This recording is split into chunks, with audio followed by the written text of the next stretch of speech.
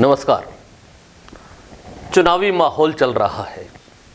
25 नवंबर को मतदान होना है, 3 दिसंबर को मतगणना होगी। इस समय चुनाव हर विधानसभा क्षेत्र में पूरे पीक पर चल रहा है। आज हम बात करेंगे अलवर शहर विधानसभा की। अलवर शहर विधानसभा में जो प्रत्याशी हैं, कांग्रेस से अजय अग्रवाल हैं और भाजपा से संजय शर्मा हैं। एक कड़ी टक्कर देखी जा रही है, लेकिन बहुत सारे ऐसे मुद्दे हैं जिस पर आम जन आज चर्चा कर रहा है कि उन्हें कैसा प्रत्याशी ढूंढना है। पिछले जो विधायक का कार्यकाल रहा वो कैसा रहा, मौजूदा जो प्रत्याशी हैं वो कैसे हैं, उनसे क्या उम्मीदें अलवर की जनता को हैं, क्योंकि उनके साथ में एक प्लस पॉइंट ये है कि उनका 15 साल पहले जो अलवर में सभापति का कार्यकाल रहा उसकी चर्चा आज पूरे शहर में है। इन्हीं सब बातों को लेकर क्या समीकरण अलवर में बैठने वाले हैं, किस तरीके का चुनाव होने वाला है, इसी चर्चा को लेकर आज हमारे साथ में एक वरिष्ठ पत्रकार धर्मेंद्र अदलखा हैं। हम उनसे जानेंगे, पुराने पत्रकार हैं, पूरे शहर के समीकरण को समझते हैं।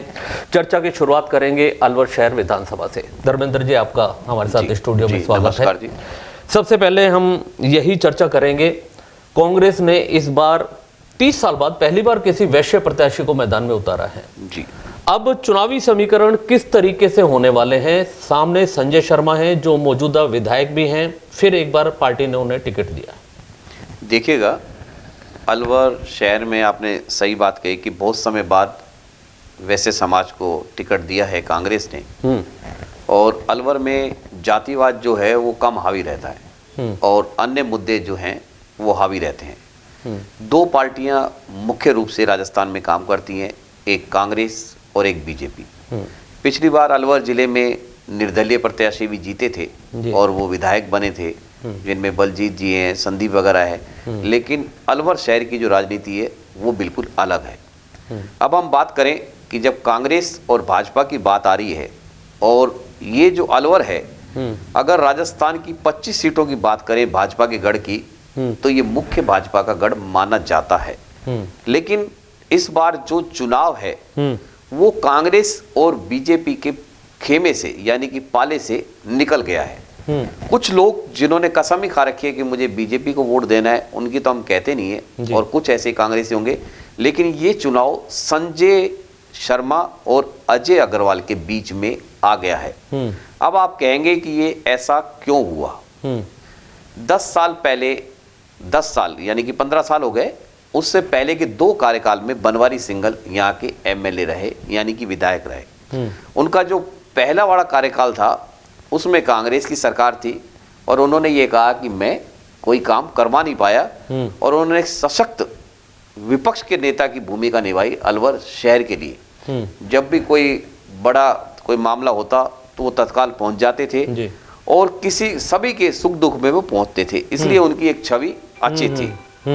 और रही बात दूसरे कार्यकाल की, दूसरे कार्यकाल में भाजपा सत्ता में आई और उन्होंने शहर में जो काम कराए या नहीं कराए ये तो सब पब्लिक बता ही चुकी है। लेकिन जो उनके कार्यकाल में सीवरेज लाइन डली, और सीवरेज लाइन से अलवर शहर के अधिकांश से लोगों को अस्थमा रोग हो गया। आप जब सीवरेज लाइन डल रही है, आपने कोई भी मुद्दा विधानसभा में नहीं उठाया, ना आपने उसका विरोध किया, और पूरे शहर में जो अव्यवस्था उस समय की हुई वो आज तक सारी सड़कें खराब हो गई। अब आप देखेंगे सीवरेज का ढक्कन ऊपर है और सड़क नीचे। अगर आपने कार चला रहे हैं तो आपकी कार भी एक्सीडेंट हो सकती है। अगर आप 2 व्हीलर चला रहे हैं, यानी कि स्कूटर चला रहे हैं, मोटरसाइकिल चला रहे हैं, तो आप कभी दुर्घटनाग्रस्त हो सके। ऐसे बहुत सारे मुद्दे थे जिनमें जो उस समय तत्कालीन जो विधायक थे उन्होंने काम नहीं किया। फिर भी उनकी जो छवि थी वो एक एक्टिव विधायक के रूप में थी। फिर अलवर शहर में माना जाता था कि ये भाजपा का गढ़ है, और संजय शर्मा यहाँ के एमएलए चुने गए। जब एमएलए चुने गए तो कांग्रेस की सरकार बन गई, अशोक गहलोत मुख्यमंत्री बने। अब मुख्यमंत्री अशोक गहलोत बने, कांग्रेस की सरकार बनी, और अलवर शहर में बहुत सारी समस्याएं जो समय के साथ विकराल होती गई। ऐसी समस्याएं तो आप जानते ही हैं कि अलवर शहर की सबसे बड़ी जो समस्या है वो है पानी की समस्या। दूसरा है कि यहाँ का जो यूथ है वो यहाँ से डाइवर्ट हो रहा है, यानी कि यहाँ से पूना जा रहा है, बंगलोर जा रहा है। और पूरे राजस्थान में यही एक ऐसा शहर है जिसकी जनसंख्या बढ़ी नहीं है, घटी है, जबकि शहर की जनसंख्या बढ़नी चाहिए। अगर हम बात करें कॉलोनियों की, तो आप जैसे शांति कुंज की बात करें तो 450 घर रहते हैं। 450 घर हैं, उनमें से 100 घर ऐसे हैं जिनके बच्चे ही नहीं रहते, माँ बाप ही रहते हैं। तो ऐसे शहर में मानते हैं कि हम 90,000 घर हैं, 80-85 हज़ार घरों में से 10,000 घर ऐसे हैं जिनके बच्चे बाहर अमेरिका नौकरी करते हैं, कोई बंगलोर नौकरी करता है, कोई दिल्ली नौकरी करता है, क्योंकि अलवर में आधारभूत ढांचा सुविधाओं के अभाव में विकसित नहीं हो करके बाहर चले गए, नोएडा जैसा भी नहीं बन सका। और अब क्या हो गया कि ये बन गया कस्बा। अब यहाँ पर पानी आपके पास नहीं है, सड़कें आपकी अच्छी नहीं है, रोजगार आपके पास नहीं है, और आप चारों तरफ देखेंगे ये शहर है, ये क्या हाल कर रखा है। आप रेलवे जंक्शन से आप आइए सर्किट हाउस की तरफ, जो शहर के सबसे टॉप सड़क मानी जाती है। कोई भी वीआईपी आएगा तो सर्किट हाउस आएगा, भवानी तोप की तरफ आएगा, मिनी सचिवालय की तरफ आएगा। आप दोनों तरफ देखिएगा कितनी गंदगी है। फिर आप उससे आगे कहीं भी चले जाएं, आप भोगोर रोड पे चले जाएं, आप इधर से गौरव पथ की और बहरोड रोड पे चले जाएं, जेल के चौराहे से आप आगे जाएं सीधे बहरोड रोड की तरफ, पूरा जंगल जैसा तो आपको ऐसा लगेगा जंगल तो लगेगा ही, लेकिन गंदगी कितनी है। ऐसा लग रहा है कि जो कूड़ा है वो जा कहाँ रहा है, उसका डंपिंग यार्ड कहाँ है। आप अम्बेडकर नगर में चले जाएंगे तो आपको चारों तरफ बदबू मिलेगी। जहाँ 50,000 रुपये वर्ग मीटर के प्लॉट है वहाँ आपको बदबू मिलेगी। शहर में पानी है नहीं, सुरक्षा व्यवस्था है नहीं, आपकी इतनी सड़कें आपकी टूटी पड़ी हैं, सीवरेज लाइन जो आपने डाली थी उससे शहर का आपने बेड़ा गर्क कर दिया। तो मैं ये कहना चाहता हूँ कि भाई एमएलए का काम क्या है। मेरी किसी से कोई नाराजगी नहीं है, ना संजय शर्मा से, ना बनवारी जी से, लेकिन किसी भी व्यक्ति का एक विजन होना चाहिए कि मैं ये करना चाहता हूँ। आप अपने इस एसटीवी को चला रहे तो आपका एक विजन है, आप इतने सालों से जमे हुए कि मुझे अब ये करना है, मुझे ये करना है।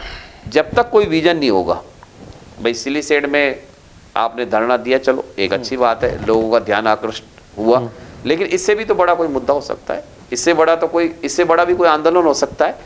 एमएलए का केवल काम, कोई उसका कोई दूसरा रोजगार पे तो उसको ध्यान देना नहीं चाहिए। बलजीत यादव हैं और कोई है जो 18-18, 20-20 घंटे काम कर रहे हैं, और भी लोग हैं। जौहरीलाल मीणा 80 साल से ज़्यादा की उम्र है, लेकिन एक्टिव देखिए आप कितना है, आज उसकी अलग तरह की छवि है एक्टिव होने के कारण। तो आपको पब्लिक के बीच में काम करना पड़ेगा और विजन के साथ में काम करना पड़ेगा। अब उसमें शहर कस्बा बन गया और कांग्रेस जीते या बीजेपी जीते, कोई भी जीते, लेकिन हम लोग तो मारे गए ना। हम अपने बच्चों को क्या कहेंगे कि आप अलवर शहर में रहिए, वो कहेंगे कि पापा यहाँ पर है क्या। जिम्मेवारी किसकी तय करते हैं, बात ये आती है। जिम्मेवारी तो जनप्रतिनिधियों की तय होती है, सांसद की तय होती है, और विधानसभा वाले की होती है, और नगर सभापति जो है यहाँ के, अब तो महापौर बन गए, उनके पास तो बहुत सारा अधिकार आ गया, उनकी होती है। अगर प्रारंभिक स्तर पे बात करें तो अगर हमारी आसपास की समस्या है तो पार्षद की होती है, पार्षद से आगे बात करें तो सभापति की होती है, विधायक की होती है, सांसद की होती है। यही जिले के जिम्मेवार लोग होते हैं। जी, जैसा आप कह रहे हैं कि जिम्मेदारी जनप्रतिनिधियों की होती है, ये कमियां जायज़ हैं जो आप बता रहे हैं, शहर के हालात कुछ ऐसे ही हैं, लेकिन जनप्रतिनिधि जो मौजूदा विधायक हैं संजय शर्मा हैं, उनका तो ये कहना है कि जितना वो करा सकते हैं प्रयास वो करते हैं, लेकिन सरकार राज्य की जो है वो कांग्रेस की है, जिसकी वजह से वो काम नहीं करा पा रहे। देखिए वो उनकी मजबूरी है, काम नहीं करा पा रहे, तो हमारा इसमें कोई कसूर थोड़ी है। पब्लिक का तो कोई कसूर नहीं है ना, जो इतने लाख की पब्लिक है, इतने यहाँ 90,000 घर हैं, उनका तो कोई कसूर नहीं है। आप काम नहीं करा पा रहे तो ये आपकी मजबूरी है। दूसरा आदमी है, वो अगर अच्छा विजन देता है तो पब्लिक उससे बात करेगी, और अगर कोई तीसरा आदमी है निर्दलीय भी अच्छा है तो उससे बात करेगी। ये पब्लिक को कोई मतलब नहीं है, पब्लिक को तो केवल काम से मतलब है, कौन अच्छा करा पाता है। ये उसकी कोई व्यक्तिगत मजबूरी हो सकती है कि मेरी तबीयत खराब है, मैं लेट उठता हूँ, मेरी तबीयत खराब है, मैं काम नहीं कर पा रहा हूँ, तो आपको मैदान से हटना पड़ेगा। चाहे कोई भी हो, चाहे अजय अग्रवाल हो, चाहे संजय शर्मा। इस समय जातिवाद की बात नहीं करनी चाहिए, कांग्रेस बीजेपी की बात नहीं करनी चाहिए, उनसे सवाल करना चाहिए कि आप संजय जी आप ये बताएं कि आपने पिछले 5 सालों में क्या काम किया और आगे आप क्या करने जा रहे हैं। हमको तो ये बता दीजिए कि जब सभापति आपका था और वो बाद में महापौर बन गया तो उसने शहर को ये क्या नाश कर दिया, कितनी गंदगी कर दी, आप उसका क्या विजन देंगे। आपके पास तो अपना ही था, आपका तो नगर परिषद ही आपकी थी, और नगर निगम बना तो भी आपका ही है, और आगे अगर आपकी सरकार बनती है तो आपका क्या विजन रहेगा। आप एमएलए चुन के जाते हैं तो आपका क्या विजन रहेगा। धर्मेंद्र जी, मैं आपकी बात बीच में रोकते हुए मैं उसी पे ही चर्चा को आगे बढ़ाता हूँ। शहर की आप समस्याओं की बात कर रहे थे, इंफ्रास्ट्रक्चर की बात कर रहे थे, जिसके चलते यहाँ जनसंख्या बढ़ने की बजाय कम हुई। उसका कारण आप बता रहे हैं कि बच्चों को यहाँ सुविधाओं का अभाव है, वो बाहर चले जाते हैं, पढ़ने चले जाते हैं। आज परिवारों में संख्या कम हो गई है इसी के चलते। लेकिन इसमें शहर विधायक की आप कैसे जिम्मेवारी तय कर सकते हैं? मुख्य रूप से पानी की समस्या के लिए मैं मान सकता हूँ एक बड़ी समस्या है। हालांकि उसके लिए भी विधायक की तरफ से धरने भी दिए गए, प्रदर्शन भी किए गए, सिलीसेड में भी धरना दिया गया, नटनी का 12 पर जाकर के विधायक बैठे थे, लेकिन परिणाम तो नहीं आए। चलो ये ठीक है, लेकिन आप जिम्मेदारियां कैसे जनप्रतिनिधियों पर डालना चाहेंगे? देखिएगा, ये प्रजातांत्रिक देश है जी। और प्रजातंत्र में जो सशक्त जो भूमिका होती है जी, वो जनप्रतिनिधि की होती है। गांव में पंच काम करते हैं, सरपंच काम करते हैं, पंचायत समिति के सदस्य काम करते हैं, जिला परिषद के सदस्य काम करते हैं, जो आगे जिला प्रमुख और वो प्रधान बनते हैं। इसी तरह अगर हम बात करें तो हमारे शहर में वार्ड है, वार्ड में अगर कोई समस्या होती है तो हम वार्ड मेंबर को बोलते हैं, आगे कोई बड़ी समस्या होती है तो सभापति को बोलते हैं और फिर एमएलए को बोलते हैं। जी। मैं ये नहीं कह रहा कि संजय शर्मा जी ने काम नहीं किया, बहुत एक्टिव भी रहे हैं, लेकिन अलवर शहर का जो विकास है वो 15 साल में उतना नहीं हुआ जितना होना चाहिए। जी। अब क्यों नहीं हुआ? इसके कारण सबसे बड़ा तो यही है कि आपके पास जब तक कोई विजन नहीं है, जब तक आपने सोच नहीं रखा कि आगामी 20 सालों में, 25 सालों में, 50 साल में हमारे शहर का स्वरूप क्या होगा, हमें उसी के हिसाब से प्लानिंग करनी पड़ेगी। और मुझे शहर को अपना शहर समझना पड़ेगा। यदि मैं ये समझूं कि मुझे अपने 5 साल का कार्यकाल पूरा करना है तो वो बड़ी आसानी से हो जाएगा। आप 1-2 धरना प्रदर्शन कर लीजिए, विधानसभा में सवाल उठा लीजिए और 5 साल आपके बीतते पता ही नहीं लगेगा। लेकिन बहुत सारे राजस्थान में ऐसे विधायक रहे हैं जो विपक्ष में भी रहे, ये भी नहीं कह सकते कि वो कांग्रेस के विधायक थे, भाजपा के विधायक थे, फिर भी उन्होंने बहुत बेहतर काम किया है। तो लेकिन अब आप कहीं ना कहीं तो जनप्रतिनिधि की जिम्मेवारी होती है। अब प्रत्यक्ष रूप में तो अपन कह नहीं सकते कि भाई इस समस्या के लिए ये बताइए, उसके लिए तो जिला कलेक्टर भी है, संबंधित विभाग भी है, पीडब्ल्यूडी भी है। अब आप बताइए कि पीडब्ल्यूडी ने क्या अलवर शहर का हाल कर दिया।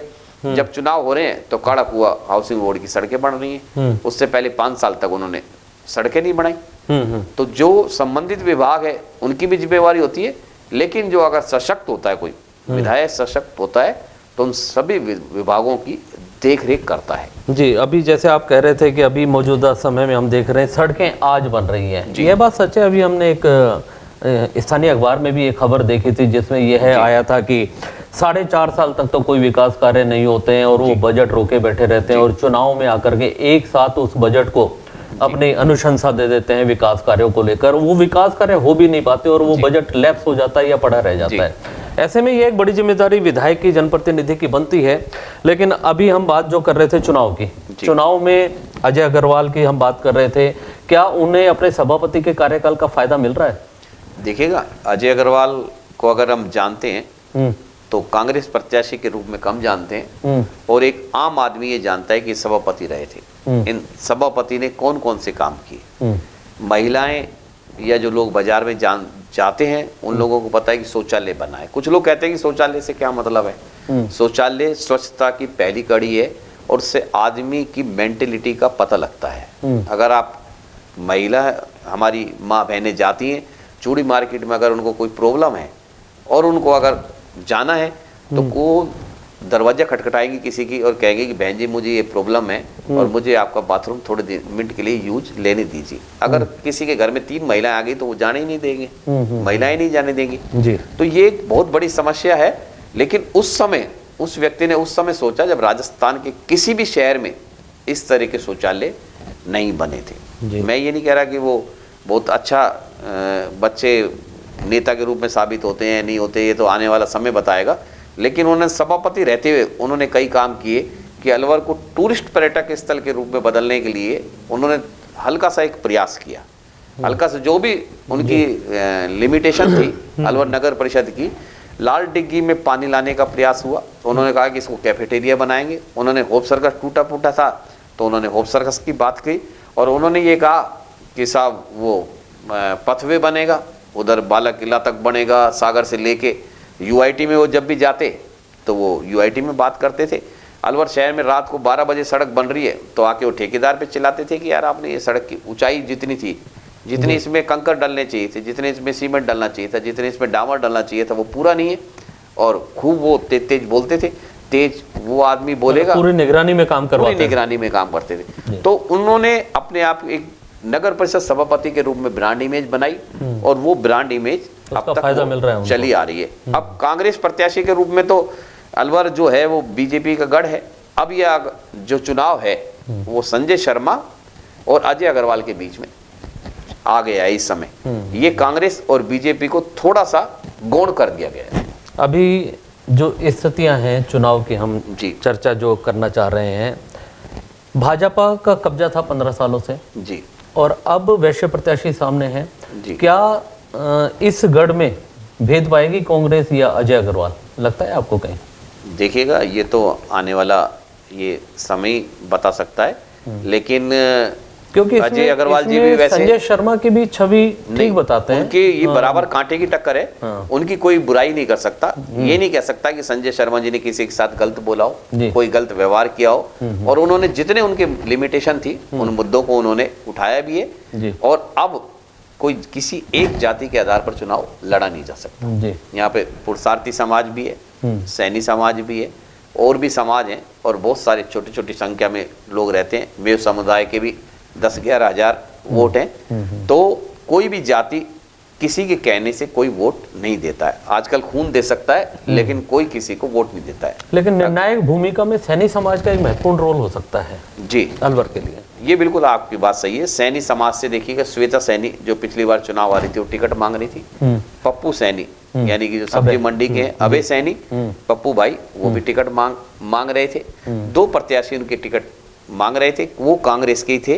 अब वो अजय अग्रवाल को कितना सपोर्ट करते हैं ये उनके ऊपर निर्भर करता है। और सैनी समाज जो अशोक गहलोत है, वो जो चेहरा है वो सैनी समाज का है। उनको ऐसा लगता है कि अगर हम कांग्रेस को वोट देते हैं तो हमारा आदमी ही मुख्यमंत्री बनेगा। अगर वो इस आधार पे वोट देते हैं जी, ये तो मुझे पता नहीं वो कहाँ वोट देंगे या नहीं देंगे, क्या करेंगे, लेकिन अगर वो इस आधार पर वोट देते हैं तो इससे फायदा तो कांग्रेस प्रत्याशी को मिलता ही है। तो धर्मेंद्र जी, आप स्टूडियो में बैठे, आज हमने इस चुनावी चर्चा में आपके साथ में बहुत विषयों पर चर्चा की। आगामी फिर किसी और विधानसभा की चर्चा के लिए हम आपसे फिर समय मांगेंगे, फिर बैठेंगे आपके साथ में। तो ये थी अलवर शहर विधानसभा पर आज हमारी चुनावी चर्चा। फिर किसी और विधानसभा की चर्चा के लिए हम फिर आपके बीच हाजिर होंगे। चैनल को देखते रहिए, सब्सक्राइब करना भी ना भूलें। एसटीवी की ओर से आपको ये राय दी जाती है कि आप, यदि आपके प्रत्याशी आपके मोहल्ले में आता है या आपके कहीं भी कॉलोनी में आता है, तो आप उससे सवाल जवाब जरूर कीजिएगा। उससे पूछेगा कि आपका विजन क्या है, जाति के आधार पे या किसी क्षेत्र के आधार पर आप उसको वोट मत दीजिएगा, और जरूर उसके विजन के बारे में जानिएगा। तभी एक अलवर, एक खुशहाल अलवर बन सकेगा, एक विकसित शहर के रूप में सामने आ सकेगा। एसटीवी समय समय पर लोगों के बीच में जाएगा और लोगों की राय जानेगा, और दोनों जनप्रतिनिधियों से उनका विजन के बारे में जानकारी लेगा। सभी मतदाताओं से एक यह भी अपील है कि 25 तारीख को अपना जो मतदान है उसका सदुपयोग जरूर करें। अच्छे प्रत्याशी का चयन करें जो आपके क्षेत्र के विकास में आपका सहभागी बन सके। नमस्कार।